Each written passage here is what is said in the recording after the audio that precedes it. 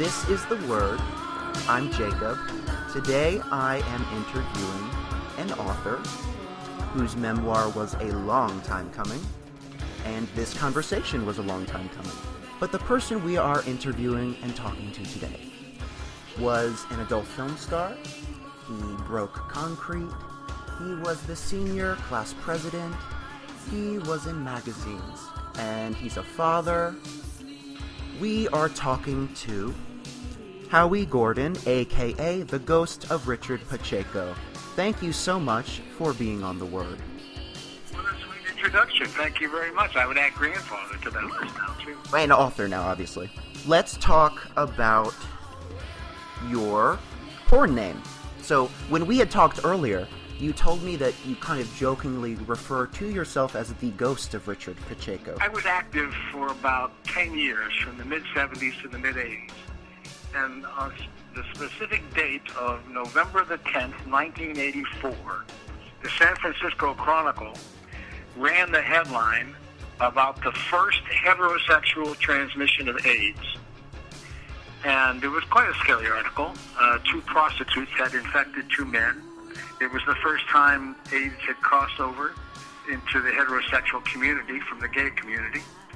And I had a good friend named Michael Rossman. Michael was one of the leaders of the free speech movement at Cal back in the early 60s. He came over to my house that afternoon and said, listen, I've been doing some calculations based on this article in the Chronicle, and you're in the wrong business at the wrong time. You've got to get out. And my wife heard that and echoed the alarm, and I personally didn't want to hear about it because I had clawed my way from nobody into the top levels of the male performers in the business. And I was just starting to reap the benefits of that. Getting to ride in limousines every now and then, swimming in Hugh Hefner's hot tub, getting to pick the women I wanted to work with, getting to write the scripts and write the scenes I wanted to be in. I did not want to hear about this. And I said, oh, they're just trying to scare us. They're just trying to sell newspapers. I had 3 jobs lined up for that season. It was the beginning of the Christmas season. And where my wife didn't want me to do them, I said, look, I'm going to do them. And I went ahead and did them. I came home at the end of that period. My wife and I went to bed that night, and I reached over for her to make love. And she said, quote, do you think we should? She said, I'll tell you verbatim, she said, don't you think it would be prudent if one of us remained alive to raise the kids? And that, my friends, was the brick wall. And when I awoke in the morning, I was retired and monogamous.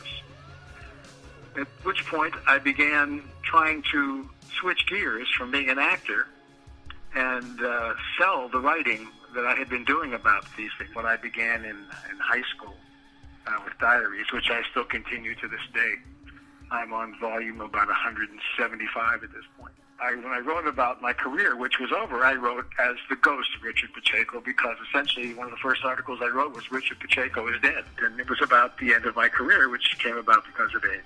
I didn't get AIDS, and I didn't want to get AIDS, but Richard had to get out of the business. So I was calling myself the ghost of Richard Pacheco, and an incident about that, I was at some sort of event at the Center for Sex and Culture out in San Francisco, a place founded by Carol Queen and Robert Lawrence.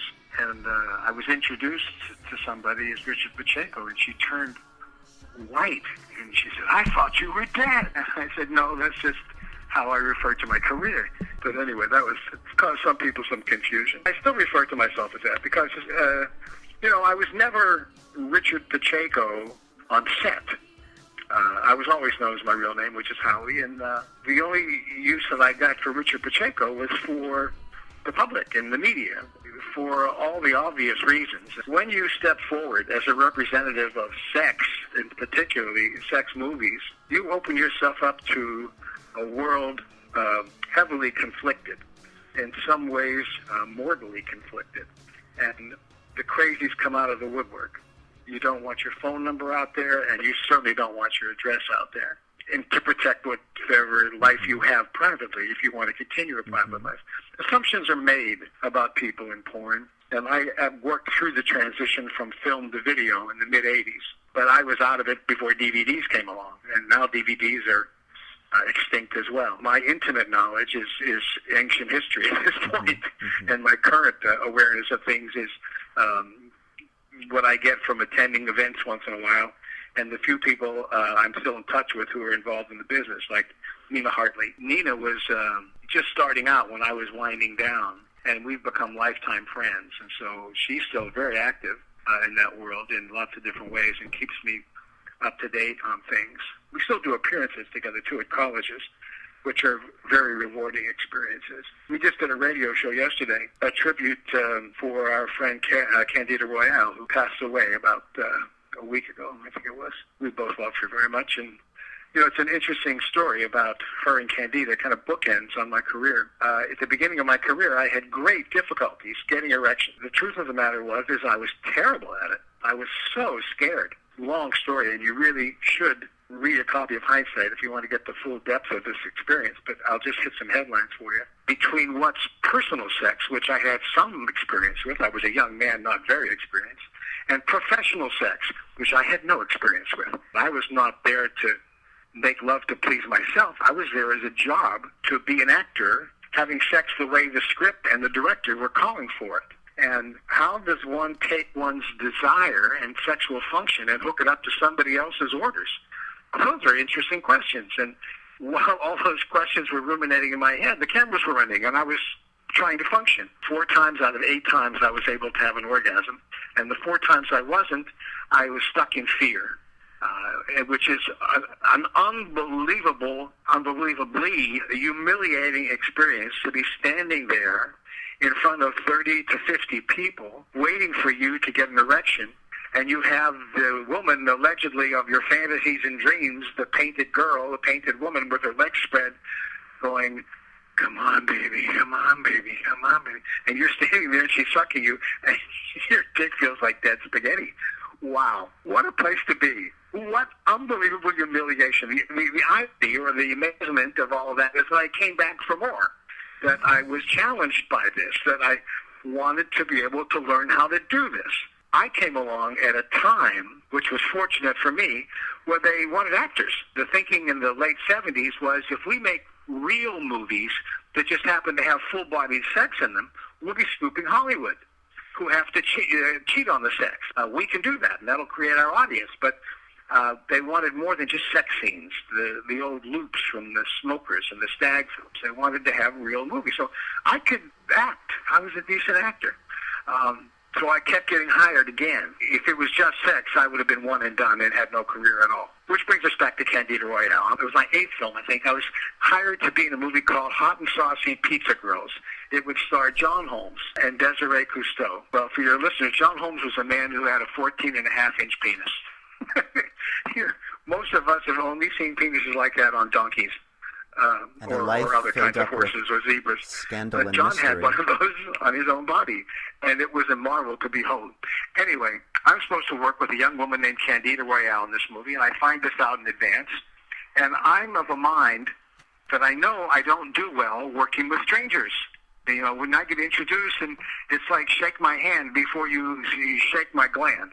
I called up Candida, and I said to her, "Hello, you don't know me, but we're scheduled to work together next week, and I've been having trouble doing the sex in these movies, and I figured it might help me if I could be friends with who I was working with, and I'd like to get together and just meet you and have some coffee." And she kind of stiffened and said, "Well, nobody ever asked to do that before. You got to be on guard with this industry. It was only quasi-legal." And the day we got together, it was in San Francisco where she was living.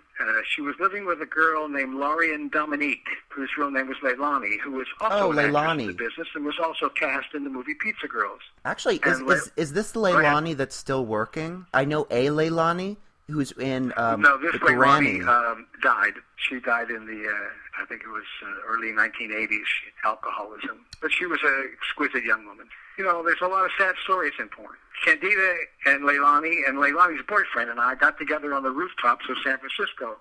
They were wild kids, and I looked like a kid, but I was, in fact, 30. Was married and not that wild. Leilani and her boyfriend went off and started having sex, and Candida and I were left there, and we had sex.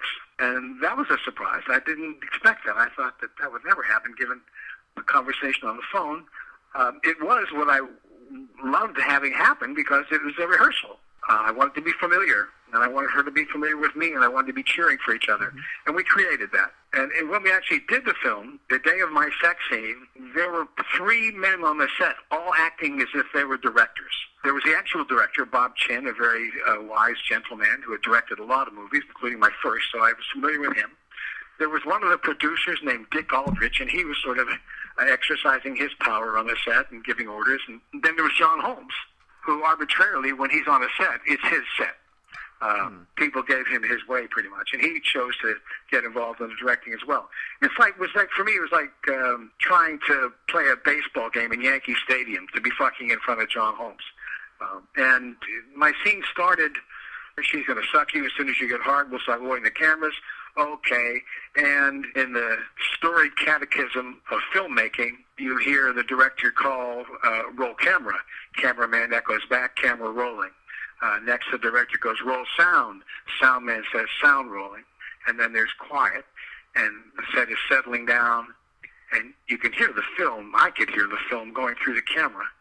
It's that quiet, and I'm waiting to hear the action cue. And at that moment, the production manager, out of nowhere, screams at the top of his lung, quiet on the set! Everybody jumps, especially me. And what little life had been flowing into my penis while Candida was sucking disappeared completely. And the place erupts in laughter, and all eyes are on the production manager. It appears that he's lost his mind. And he says, I thought I heard noise upstairs. We go back to zero, and we start all over. The problem was, at that point, after that level of terror passed through me, when Candida starts sucking me again, nothing happens. I mean, nothing happened. All of those kinds of things only happened to me in front of the cameras. I had every disease you could imagine. I went through the whole panoply of sexual inadequacy in front of the cameras. And this one was just failure to get aroused. I could not get a hard-on to save my soul. And they stuck with me for about a half an hour. Now, Bob Chin, the director, he had already had this experience with me in my first movie. So he knew that I was capable of going 6 hours or more without getting a hard-on. It was somebody sucking me the entire time. And he didn't. You can't waste time like that on the set. After about a half an hour, he said, okay, that's all we're going to do. Take off your costume. We're going to have a stand-in come in and do the sex. And then they just won't show his face, so it'll look like it's me when they're in the filming, the way it's edited. And they picked the production manager, the guy who had screamed crazy. They put him in my costume, and he tries to fuck Candida. And he can't get a hard-on either. So this is just turning into sheep of fools. They put me back in my costume. When I had to take off my costume and stand on the sidelines, John Holmes came over to me, put his arm around me, and said, it's okay, kid. It happens to everybody. What do you call a porn star who can't get a hard-on? The answer is an actor. So they had Candida bend over naked and had me cheat up into her buttocks like I was inside her and pretend we were actually fucking, which is what you see on television now. That's all the sex scenes in these late-night R-rated things that are on cable. Nobody's actually fucking. I had to be a cowboy. I was supposed to be a cowboy. So I did the whole scene like, I just burst into song. She be coming round the mountain when she comes, hee-ha! She be coming round the mountain when she comes, hee-ha! They're all laughing, and I made, okay, it was funny. What I was ashamed and humiliated, but that was meeting Candida Royale. Now, the bookend to this story with Nina Hartley is 10 years later. I'm now Richard Pacheco. I'm a big star. I'm making $1,000 a day, blah, blah, blah, blah, blah, blah. And I get a phone call one day. It says, hi, you don't know me, but my name's Nina Hartley. And we're scheduled to do an anal intercourse scene next week, and I've never done that on camera. Would you mind getting together and rehearsing this with me? And I said, wow, of course I'll do it. I mean, it was my chance to be on the other side of this thing that happened 10 years earlier with Candida. And I agreed to meet with her, and I hang up the phone.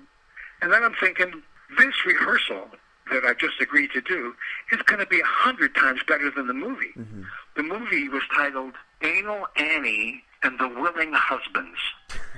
It was a story written by a chimpanzee about a sex therapist that saved marriages by teaching them how to do anal sex.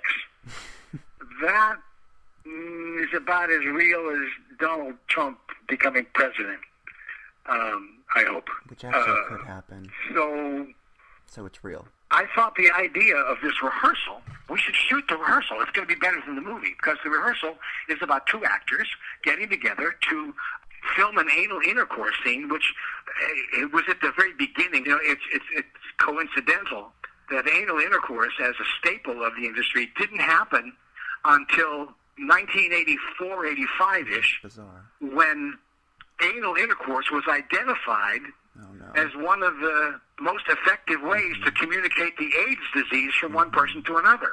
Yeah. All of a sudden, that forbidden fruit became very popular. And you had a guy named Hal Freeman who did a series called Caught from Behind, which was every scene was anal intercourse. And it became a staple of every movie where they had to have at least one scene, and there were whole movies devoted to anal sex, and it was like Death Wish. But in any case, this was before that all hit, but right before it. And we were funny, and it got very hot when we actually did the penetration. The sex was great between me and Nina. And there we had this movie. I think that was October of 1984. And then, of course, as I said earlier, in November came the headlines about AIDS. And anal intercourse became something you didn't want to be promoting at that point in time. So it sat on the shelf for years and years and years. And it still sits on the shelf. But it's a very cute movie. How's that for an answer to one question? Well, brevity is certainly not one of your talents, that's for sure. Well, look, this is your show and your deal, so interrupt me anytime and refocus me. And okay. I'll be glad to accommodate you. Okay, so let's you covered a lot of ground. Let's rewind a bit. You were talking about how important it is as a public figure to make sure that things like your address and your phone number are not out in the open. I had a call from one fellow, and I was in Playgirl, and I was actually the Playgirl Man of the Year in 1979, 1980, and people find you, even with taking precautions. Yeah. So I had a call from one guy who says he wanted to put me in a movie. And as the conversation went on, I started realizing, oh, God, this guy's crazy. By the sixth time he said, I don't want to hire stars, I want to make stars, it went from feeling like Lana Turner being discovered in Hollywood to feeling like I was on the phone with some guy who didn't take his meds today. And when it got to the point where he was inviting me to attend a midnight reading in his motel room, the only question left was who was going to bring the Vaseline. Was that your worst experience with somebody who has contacted you? Depressing, but the American Nazi Party got a hold of my name and Nina's name and Annie Sprinkle's name. I was directed through the internet to see some articles that they had published about us. That was scary. That was fucking scary, because when the Nazis are writing about you and your Jewish degeneracy, that gets your fucking attention. That is bizarre. Wow. That was very bizarre. Well, let's go to a softball question, okay? You can just relax your brain. Are you a defender of porn? Porn is a pejorative term. It literally means the writing of harlots. Yeah. And it was something that was used, I think, in 18th century France by prostitutes when the Johns were waiting out in the waiting rooms of the brothels, because it aroused them. And then when it got to be their turn to go in with the prostitutes, they were already halfway home. That was, I think, where it began. In a modern sense. I mean, there was always people drawing pictures of other people fucking in cave walls from the beginning of time. So pornography is born of business. Am I a defender of that? Yeah, in the broader sense of the term, but I'm more of a defender of sex. When sex is going on and you're near it, it's a magnet. It's powerful. It is all the attention in the room will go right to it, no matter what else is going on, short of murder. And certainly I defend that. Okay. Whether you want to include pornography in that larger category, but yes, I am a defender of sex, which needs no defending whatsoever. The problem is I gave the conversation between me and God. Maybe we should share that with your listeners. It's a short piece in my book. Would you like me to try finding it and reading it to you? Sure. What's the matter? God asked. I'm stuck, I told him. The Lord moves in mysterious ways. Looky here, he said. God clearly had fallen into this whole country western thing. Who was I to stop him? This here job you're doing, your job is just to entertain the troops. Stop taking yourself so damn serious. Sex is one of the best things. It's only you people that are having so much trouble with it. I just want you to tell your story, son. It just might help somebody out. Okay, I said. That was an excerpt from Hindsight. and we are talking with the author who just read that excerpt, Howie Gordon. So in the book, you described the period right before the spread of AIDS as the climax of the sexual revolution. We talked a little bit about that in porn, but talk about in the greater society. Why did you believe this was the climax? There was little that happened between the time of the invention of the birth control pill and the cures for syphilis and gonorrhea, which happened in the first part of the 20th century, and the onslaught of the AIDS epidemic in the latter part of the 20th century. That brief period was a time of the flower opening, sexuality becoming freer and less constrained physically and sociologically. If you were a young person growing up in the 50s and 60s, you became part of what was known as the sexual revolution, where previously syphilis and gonorrhea and unwanted pregnancies had served as a great deterrent toward a freer sexuality. Those obstacles were removed. Syphilis and gonorrhea could be cured with pills and a shot. Mm-hmm. That was AIDS before AIDS, in the sense. Unwanted pregnancies could be removed with safe and healthy and easy access to abortion, as well as modern birth control methods. So the result was that more and more people were fucking more and were being less constricted by the rules that had governed society. When the doors started closing because of the threat of AIDS later on, during that time the rules all started breaking down. People were having more and more sex outside of marriage without all the recriminations that went earlier, because there was no reason not to. Divorces rose enormously. Marriages were opened up, if at all. And then the first chink in that armor that happened was herpes. There was a kind of an epidemic of herpes, like around 1979. Herpes all of a sudden was a word we were hearing, because it was a disease you could get through sex that had no cure. Now, it wasn't fatal. I became aware of it because it was during that time I was already in the business. I didn't have herpes. My wife didn't have herpes. And I knew that a lot of people in the business did. Mm-hmm. So I started putting it into my negotiations in the beginning of movies that I wouldn't work with anybody who had herpes. And that was like John the Baptist. That was the forerunner, because 4 years later, we had AIDS. Yeah.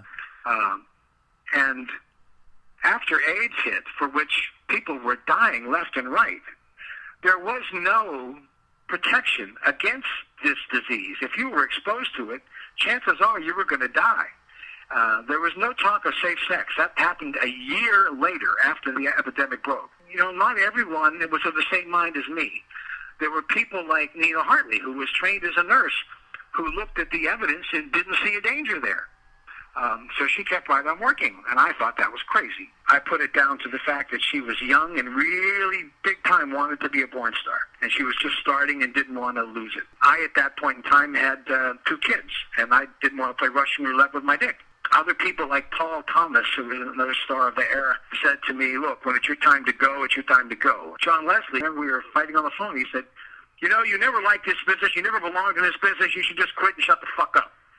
And that really got my goat, and I fired back, and we were yelling at each other, and it wasn't good. And I remember my wife pointing out to me after the conversation, you know, she said it'd be a lot easier for him to accept you quitting the business because you didn't like the business than because there was a danger out there, which he was risking for himself.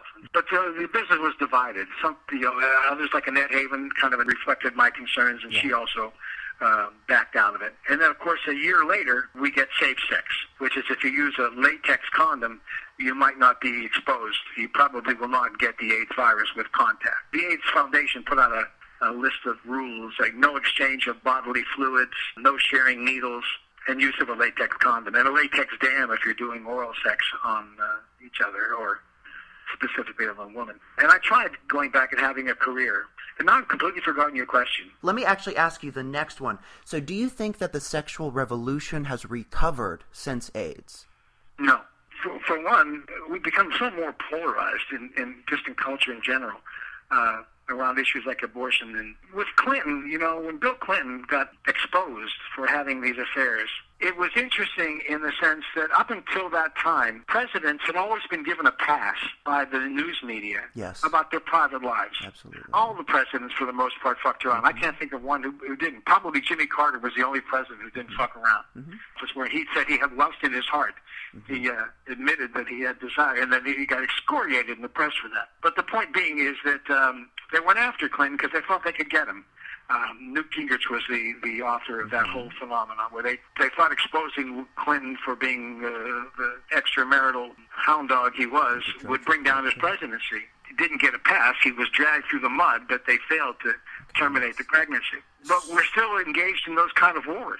The cultural wars are there. We want to pretend we have these, and I say we, it's obviously not homogenous where everybody thinks this, but there is a whole bunch of people in this country that think Jesus was born in Kansas, and that God is this all-white Christian defender of something, I don't know, just slightly to the left of the Ku Klux Klan. And the notion of sex is you have a public face and a private face, and you don't ever let people know the private stuff. Whatever you do, you do. But in public, you're just you and your wife and your kids, and you go to church on Sundays, and God's Jesus and all that shit. Yeah. And AIDS, while we have learned to live with it much better, it's still not something you want to get. Until there's a definite cure, or we get to that place where we know we're not at risk for that, then it'll still be a factor. And the moralities are just, so we're not beyond AIDS. We're in better shape, but at what cost? Yesterday, I don't know if you're aware of it, this drug, which they were charging like $7 or $15 for, some venture capitalists bought the rights to it, and all of a sudden, the price went from $7 to $15 to $750 for the same dose. With our medical system and the way that works. So, is it if religion were a thing that money could die, the rich would live and the poor would die? Anyway.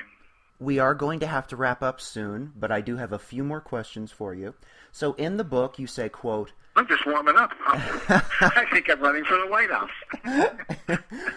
So you say in the book, I don't remember if this is in the foreword, so it might not be you, but in the book it says, quote, you dig into the background of strippers and sex stars, and you hear stories of dysfunctional families, drugs, child abuse, alcohol, poverty, low self-esteem, sexual repression, parental neglect, or religious madness. Explain this. Well,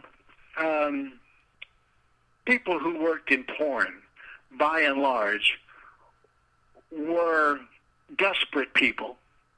I went through a number of ways in that description you read, where some of the things that could happen to create people that would be vulnerable to wanting to work in this industry that leads to the desperation. In my particular case, it was less dramatic, but I was the fat kid growing up. From the ages of about 6 until 17, I pretty much was the fat kid in the group. I had the largest breasts in the 7th grade. This made for an enormous amount of shame and pain. And when I was 17 years old, I lost 50 pounds rather quickly when it happened. And I went like overnight, seemingly, from being Quasimodo, this broken, ashamed human being physically, to Robert Redford. When somebody asked me to be in a sex movie, that was like winning an Oscar. That was like a ticker tape parade down Broadway. Me? Are you sure you want me? The irony in my group of friends that I was the one that became Narcissus, if you will. I was a junior in high school, and it was the middle of the year, and I asked my parents if I could stay home from school. I wanted to do 2 things. I wanted to study for college boards, because until that moment in time, I was a very mediocre student. And I realized I'm going to be stuck. In my group, everybody wanted to go away to college. And I was going to be stuck staying home because I had bad grades. And I needed to find another way into college. And college boards was a way to do it. And the second thing I said I wanted to do was work out. That was like January and February and part of March in my junior year. Every day, all I did was study for college boards and work out. And I lost 50 pounds. And not only that, when I raised my board scores, when I went back to school, I was like a new kid that moved in from another place. I ended up getting elected class president for our senior year. So my whole world just turned into this kind of like fairy tale existence. Being in the sex business was like an extension of that. I was still trying to heal myself from all the damage that growing up fat had done to me. And there were many people in the business that had stories like that, whether it was fat or skinny, your tits are on front or backwards, or you were the geek, or your parents were crazy. A lot of Mormon girls end up in the X-rated business, kids from Mormon families, and Catholic schoolgirls. Everybody had something to prove or something to discover, and there's a lot of that in the business. So that's what I was talking about in that paragraph. Well, there's obviously so much more that can be said about this, but we are going to have to wrap up because I have other things to do, and I'm sure you do as well. We will leave the rest to those who read the book. The book is Hindsight, and where is it available? Hindsight, unfortunately, because of the culture we live in, it's hard to get in major bookstores. So it's available from me, and at my website. You can get an autographed copy by contacting hindsightbook.com. Hindsightbook.com. And I'll be happy to send you an autographed copy. Or, the problem with the printed book is it's rather expensive. It's like $34.95 plus tax plus shipping, so $39 or so. But you can get it if you can read. If you're adjusted to reading books online, you can get the Kindle copy, that kind of stuff. The ebook is available for like $10 from Amazon.com. I personally would do that. But if you want the actual hard copy and an autographed copy, not hard, the paperback, but the actual printed copy, then you can come to me at hindsightbook.com. Okay, great. And I got the Kindle copy. I would suggest this book to anyone who likes to read memoirs, anybody interested in porn. And you cover a lot of subjects. We've, in this hour, have talked about so much more than just porn. So obviously, it looks at the scope of your life and the issues that concern you. So it's a very diverse book in terms of the content. So I would suggest it to pretty much anyone who likes memoirs, Preach on, young man. Preach on. Okay, great. And besides your website, are you on social media? I am. I'm on Facebook quite a bit, so you can find me there as well. Howie Gordon. Okay, great. Well, is there anything else you'd like to say? Well, I remember thinking, what are we going to talk about, and how's this going to go, and blah, blah, blah. And I woke up in my dream. I was having a talk with God, and I was saying it's like I was rehearsing an act I was going to do on your show that, I'm on a first-name basis with God. His first name is Good, and his last name is Odd, and boy, is that appropriate. And, anyway, I have no idea what these things are going to be. Trying to sell a book about pornography is like putting a tow line from the Queen Mary in your teeth and trying to swim to England.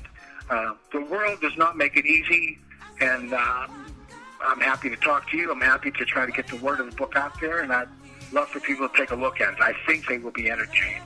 Yeah, it's probably a lot easier to sell anti-porn books.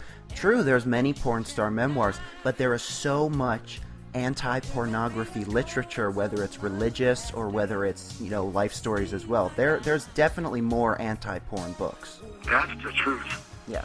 But anyways, Howie Gordon, a.k.a. Richard Pacheco, thank you very much for coming on The Word. The book is Hindsight. I'm Jacob, and this is The Word. Well, that's my mother. Well, hi, Mama Jacob. Okay. Well, do you have any questions for me before we begin? How old are you? Do you want to take a guess?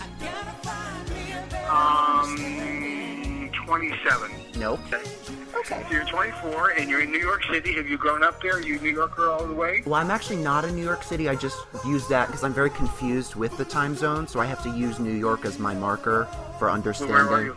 I'm near Columbia, Maryland. Oh, right. Of course. I remember that. Okay. Yeah.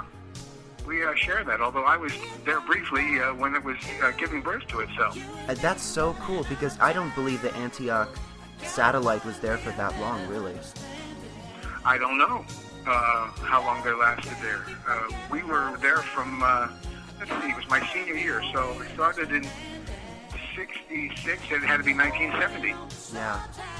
And we, the entire city was brand new. It was like they just cut the ribbon. So every building in town was new, and there was like no culture in a half-occupied city. that was already laid out and in place, except for some rare buildings around town, one of which housed Antioch. We were in a farmhouse that was left intact, and that's where the school began. Yeah, were you were you guys camped near the old manor? And my wife was trained in sex therapy, in Masters and Johnson's techniques.